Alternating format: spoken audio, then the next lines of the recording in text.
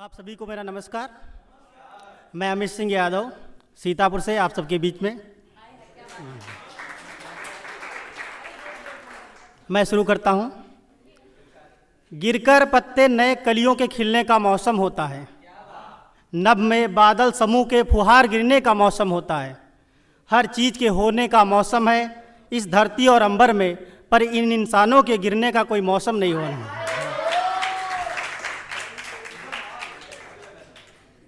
और अभी मैं बस से आ रहा था तो कुछ लोग महंगाई पर चर्चा कर रहे थे, डीजल पेट्रोल पे, लेकिन उनकी पॉलिटिक्स की चर्चा थी। मैं दूसरे पर थोड़ा उन्हीं को देख कर लिखा मैंने कि देखो किस कदर बढ़ रही महंगाई अब इस ज़माने में, सब उलझे हैं यहाँ डीजल पेट्रोल के फंसाने में।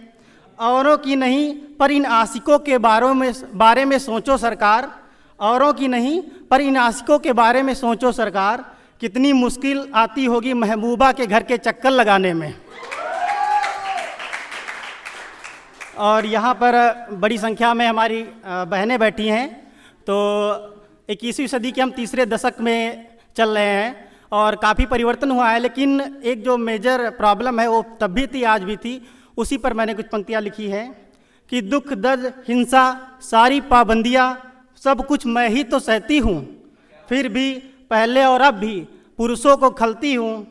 शताब्दियाँ बदल गई जमाने बदले पर बदला क्या, शताब्दियाँ बदल गई। पहले सती प्रथा होती थी और आज तेजाब से जलाया जाता है, जिंदा जलाया जाता है। शताब्दियाँ बदल गई ज़माने बदल गए पर बदला क्या, तब मेरी जिंदा चिता जलती थी, आज मैं बीच सड़क पर जलती हूँ।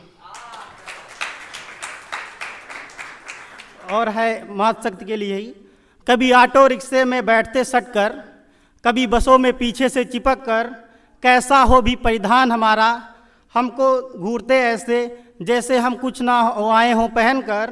गाँव खेत खलियानों में उठाकर, समाज की इज्जत का बोझ डालकर, हमें नोच कर वे अपनी हवस बुझाते। समाज के नियम हम पर थोपे जाते, कभी हाथरस कभी उन्नाव के जख्म। साहब गुनाह है यहाँ पैदा होना लड़की बनकर। कि दिल नहीं काबिलियत की हुजूरदारी है, शराफत नहीं हैसियत की तलबगारी है, और इस पर भारी हो गया है अब रोजगार यहाँ। साहब इस मुल्क में बड़ी बेरोजगारी है। और जैसा कि मुझे नहीं पता है कितने लोग गांव से बिलोंग करते हैं, लेकिन जो गांव के बच्चे आते हैं यहाँ पर कुछ बनने के लिए, शहरों में नौकरी पाने के लिए, फिर उनको इस सरकारी तंत्र से किस प्रकार से जूझना पड़ता है, उसी पर मैंने छोटी सी कविता लिखी, वो आप सुन लीजिए बस। कि वो जब हम गांव से शहर पढ़ने आए, पापा मेरा बस्ता लाद कर मुझे छोड़ने आए। उनका मेरा बस्ता अपनी पीठ पर लादना, मेरी पीठ पर उम्मीदों का बोझ बांधना, नए आयाम गढ़ने आए जब हम पढ़ने आए। वो दादी अम्मा कहती थी बेटा घर के हालात देखना, पुश्ते गुजारी किसानी में, अब तुमको है आगे बढ़ना। गरीबी देखी पीढ़ियों ने अब शायद आबाद हों, अब शायद पीढ़ी सुधरे उन्हें बुढ़ापे में नाज हो। उम्मीदों और आशीर्वाद का संग्रह लेकर आए जब हम पढ़ने आए, नए आयाम गढ़ने आए। कि माँ को फिक्र होती है छोटी छोटी बातों पर, कहती हैं बेटा पढ़ना कुछ खा पी कर। वो हो ना दुखी सो ये झूठ अपनाया हूँ, होता हूँ भूखा फिर भी कहता हूँ माँ अभी तो खाया हूँ। होता हूँ भूखा फिर भी कहता हूँ माँ अभी तो खाया हूँ। माँ की यादों के साथ यहाँ रहने आए, हम नए आयाम गढ़ने आए जब हम पढ़ने आए। पापा और समाज की उम्मीदों की सिखाएं, चयन के सांप सीढ़ी के खेल को कौन समझाए। कब ऊपर से नीचे कब नीचे से ऊपर आ जाएं, पर उनकी उम्मीदों के आगे छोटी लगती सारी बाधाएं। निम्न शिखर से हम उच्च शिखर छूने आए, हम जब पढ़ने आए नए आयाम गढ़ने आए। कई कई परीक्षाएं होती रहती, माँ हर बार फ़ोन करती। एक दिन मैं खुश था कि पेपर ठीक हो गया, और जो अपने तंत्र की कमी है वो मैं उजागर कर रहा हूँ। एक दिन मैं खुश था कि पेपर ठीक हो गया, सुबह का अखबार देखा तो पेपर लीक हो गया।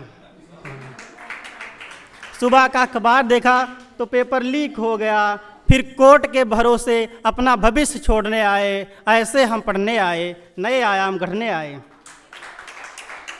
कि हर युवा की आज यही कहानी है, डिग्री लेकर दर दर भटकती जवानी है। धर्म और स्वार्थ की राजनीति ने बंटाधार किया, भारत के युवाओं की प्रतिभाओं का संहार किया। हुक्मरानों अब चेतो, ये दुर्दशा ना बढ़ने पाए, कुछ ऐसे हम पढ़ने आए, नए आयाम गढ़ने आए। बहुत बहुत शुक्रिया आप सबका।